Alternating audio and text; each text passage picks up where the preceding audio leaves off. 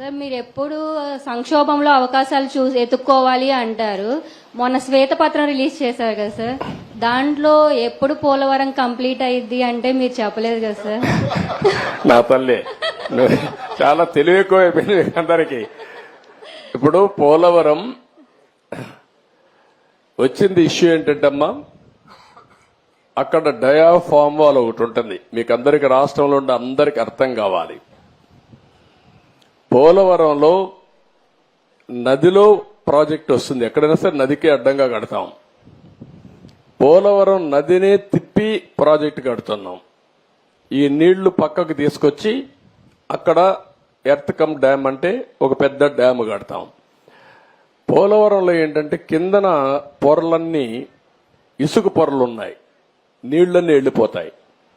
అవి అరెస్ట్ చేయాలి. అది అరెస్ట్ చేయాలంటే ఒక స్పెషల్ టెక్నాలజీతో 95 మీటర్ల వరకు ఒక కట్టడం కట్టాలి. ఒక స్పెషల్ టెక్నాలజీతో ఒక పెద్ద కట్టడం కడతాం. దానికి జర్మనీ కంపెనీ వచ్చి మొత్తం వేశారు, దాన్ని డయాఫామ్ వాల్ అంటారు.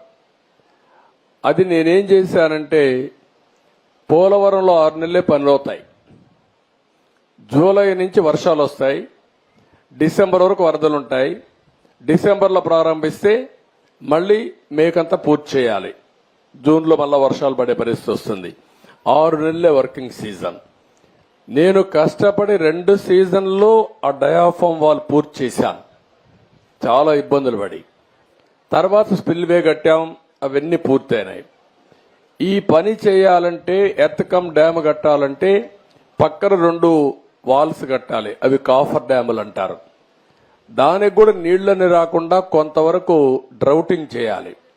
డ్రౌటింగ్ కూడా చేసి అక్కడి నుంచి కట్టుకొని రావాలి. కరెక్ట్ గా నేను అధికారంలో ఓడిపోయింది మేలో ఓడిపోయాం. మే జూన్ వరకు గాని పనిచేసి ఉంటే డయాఫామ్ వాల్స్ అన్ని పూర్తి చేసేసి ఉంటే నీళ్లు అక్కడికి వచ్చేటి కాదు.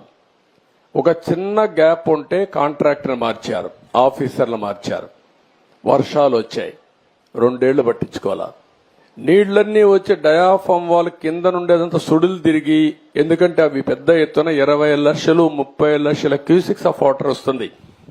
దేశంలోనే ఎక్కువ నీళ్లు ప్రవహించే నది గోదావరి. ఇప్పుడు ఆ నీళ్లన్నీ వచ్చి సుడులు కొట్టేసింది, కిందన మట్టి అంతా ఇసుకంతా తీసేసి కొట్టుకొని వెళ్లిపోయింది. ఆ సుడులతో కాఫర్ డ్యామ్ దెబ్బతినింది, డయాఫామ్ వాల్ దెబ్బతినింది. ఇప్పుడు నువ్వు అన్నట్టు సిడబ్ల్యూసి మన దేశంలో సెంట్రల్ వాటర్ కమిషన్ అనేది అతిపెద్ద టెక్నికల్ అడ్వైజరీ కమిటీ, వాళ్ళు చెప్పింది ఫైనల్. ఇప్పుడు వాళ్ళు కూడా చేతులు తీశారు, దీన్ని ఏం చేయాలనో మాకే అర్థం కావడం లేదని. అక్కడ డయాఫామ్ వాల్ కట్టింది నేను 446 కోట్లతో డయాఫామ్ వాల్ 2 సీజన్లు పూర్తి చేశాను. ఇప్పుడు 3 దిక్కళ్ల 33% కోసకపోయింది, దెబ్బతినింది. దానికి 447 కోట్లు అవుతుంది. ఈ 3 దిక్కళ్ల రింగ్ బండమారిగేసి కట్టేస్తే అయిపోతుందంటే అది కూడా మేము చెప్పలేము. ఒకవేళ మొత్తంగానే డయాఫామ్ వాల్ కట్టాలంటే 990 కోట్లు అవుతుంది.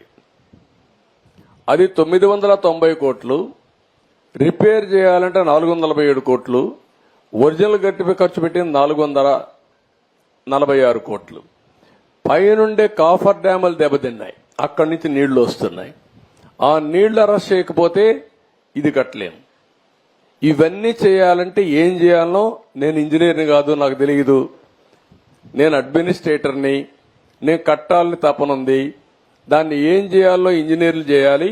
ఇప్పుడు వాళ్ళు ఏం చేశారంటే అమెరికాలో ఉండే 2 ఎక్స్పర్ట్లని, కెనడాలో ఉండే ఇంకొక 2 ఎక్స్పర్ట్లను తీసుకొచ్చి ఇప్పుడు పని అంతా చూస్తున్నారు. ఇన్స్పెక్షన్ చేశారు, నిన్న మొన్న వచ్చారు. వాళ్ళు మొత్తం స్టడీ చేస్తున్నారు. ఏమి ఇవ్వాలనో వాళ్ళు ఇచ్చిన ఆలోచనలు ఇచ్చిన తర్వాత పూర్తి చేసే కార్యక్రమానికి శ్రీకారం చుట్టాలి. ఇప్పుడు దీంతో ఏమైంది, ఆయన నేను రివర్స్ టెండర్ అన్నాడు.